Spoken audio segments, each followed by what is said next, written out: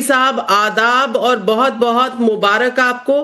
114 सीटें पूरे महाराष्ट्र में और बीएमसी में भी आपकी एंट्री, झंडे गाड़ रहे हैं आप।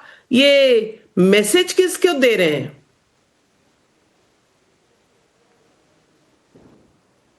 मैडम ये तो मैं तो शुक्रगुजार हूँ अल्लाह परवरदिगार का और हमारे महाराष्ट्र के यूनिट का, खास तौर से इम्तियाज जलील साहब का, कि उनकी लीडरशिप में काम कर रहे हैं। 125 हमारे म्युनिसिपल कॉरपोरेटर्स कामयाब हुए हैं, तो क्रेडिट हमारे महाराष्ट्र के पूरी यूनिट को जाता है, वारिस पठान को, और वहां पर जो हमारे वेरियस जोन्स के ऑब्जर्वर्स थे, यूसुफ पंजानी हैं।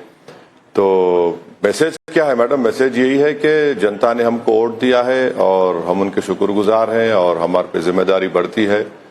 अब ये तो अच्छी बात है कि इससे जमहूरियत मजबूत होगी, लोगों में और एतमाद बढ़ेगा डेमोक्रेसी के ताल्लुक से, और बस यही हम कह सकते हैं। आपको लगता है डेमोक्रेसी महफूज है, सेफ है? क्योंकि विपक्ष के जितने नेता हैं वो कह रहे हैं डेमोक्रेसी खतरे में है, वोट चोरी हो गया फिर से। आपको लगता है वोट चोरी हुआ?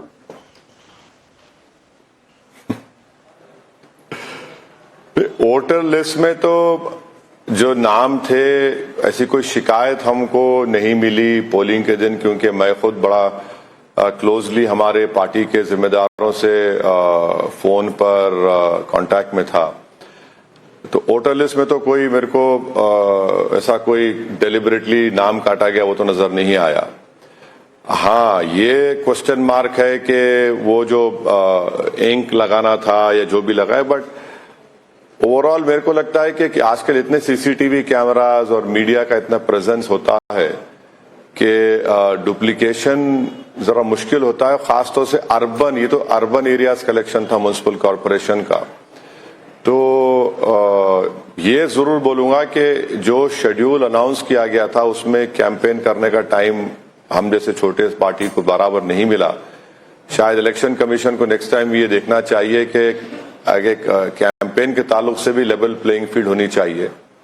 तो अब जो लोग इल्जाम लगा रहे पूरे इलेक्शन प्रोसेस के बारे में, तो फिर उनको कुछ कोरॉबोरेटिंग एविडेंस देना चाहिए लोगों को।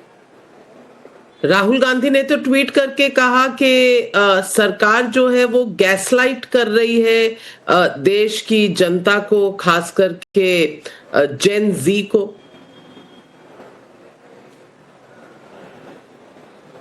अब मैडम, आपके प्रोग्राम पर अगर कोई कांग्रेस के स्पोक्स पर्सन आते हैं या फिर उनके कोई चाहने वाले आते हैं, तो वो मुझसे ज्यादा काबिल हैं आपके सवाल का जवाब देने के लिए। मैं इतना काबिल आदमी नहीं हूं किसी और पार्टी के ताल्लुक से बोल सकूं।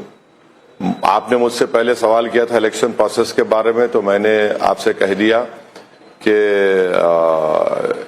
वोटर लिस्ट में तो मुझे कोई प्रॉब्लम नजर नहीं आया।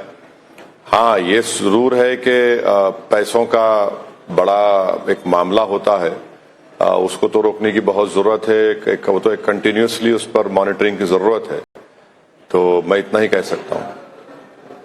असदुद्दीन ओवैसी साहब, जो कांग्रेस के नंबर हैं बीएमसी में, आपकी जिस तरह से ग्रोथ हुई है बीएमसी में, 100% की ग्रोथ नजर आई है आपकी, और 114 सीटें पूरे महाराष्ट्र में, आप क्या संदेश देखते हैं? क्योंकि आपकी पार्टी के कुछ लोग समाजवादी पार्टी को भी मैसेज दे रहे हैं, कांग्रेस को भी मैसेज दे रहे हैं, आपका क्या मैसेज है?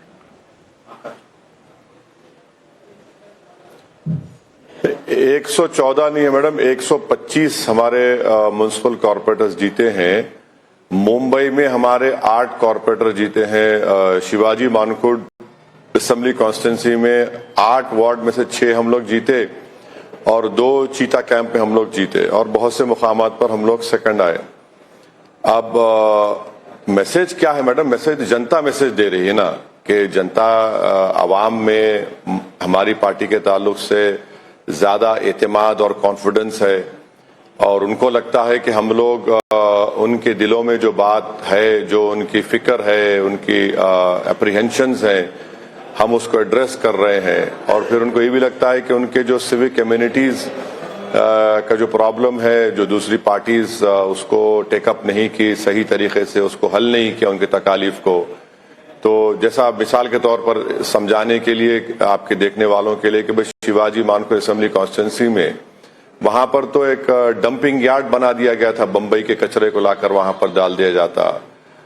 फिर वहां पर वो मेडिकल वेस्ट को जलाया जाता है, वहां पर कई सीवरेज लाइन का मसला है, पीने के पानी का मसला है। तो ये सब चीजें हैं। तो ये सब चीजें मिलकर और एक लीडरशिप का जो वैक्यूम है और लीडरशिप का जो किसी को मौका नहीं दिया जाता, तो ये सब चीजें मिलती है मैडम। इसी वजह से एक जनता और आवाम जो है अपने कीमती वोट का इस्तेमाल करती है किसी पार्टी और उसी कैंडिडेट के हक में। ओवैसी साहब, अब तक देखा गया है और आपने भी कई बार कहा है कि कांग्रेस जैसी पार्टियां माइनॉरिटी वोट को अपना हक समझती हैं, एक वोट बैंक समझती हैं। आप मानते हैं कि अब जो चुनाव हुए हैं, चाहे वो बिहार के हों, चाहे वो महाराष्ट्र में और बीएमसी के हों, जनता मैसेज दे रही है, और ये मैसेज क्या है?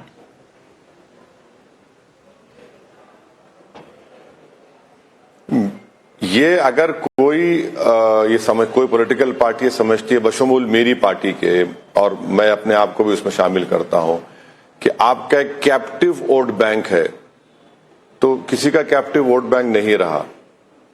आइडियोलॉजिकली जो आपकी पार्टी से लोग जुड़े हुए, ठीक है, अलग बात है, मगर उससे हटकर अगर कोई समझ रहा है कि भाई बस कैप्टिव वोट बैंक है और अगर हमको नहीं डाले तो ये वहां की जनता के लिए, वहां की प्रॉब्लम्स के लिए या फिर स्टेट के लिए या देश के लिए ठीक नहीं होगा, तो ये तो आवाम तो आजाद है, वो जिस किसी को चाहे वोट डाल सकती है। मगर अगर इस तरह की कोई सोच रख के आगे बढ़ना चाहता है राजनीति में, सियासत में, तो मैं समझता हूं कि फिर उनको ज्यादा फायदा नहीं होने वाला है।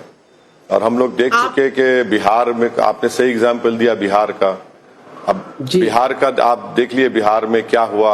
जो लोग ये समझ रहे थे कि भाई हमको छोड़कर नहीं जा सकते, जहां पर ऑल्टरनेट या विकल्प नजर आएगा, मुतबादिल नजर आएगा, और वो लोग ये समझते कि भाई इस मुतबादिल से मेरा आइडेंटिफिकेशन है, और उनको लगता है कि मुझे ज्यादा इन पर कॉन्फिडेंस है क्योंकि ये उस तरह की बात कर रहे हैं, कोशिशें कर रहे हैं जो हम चाहते हैं।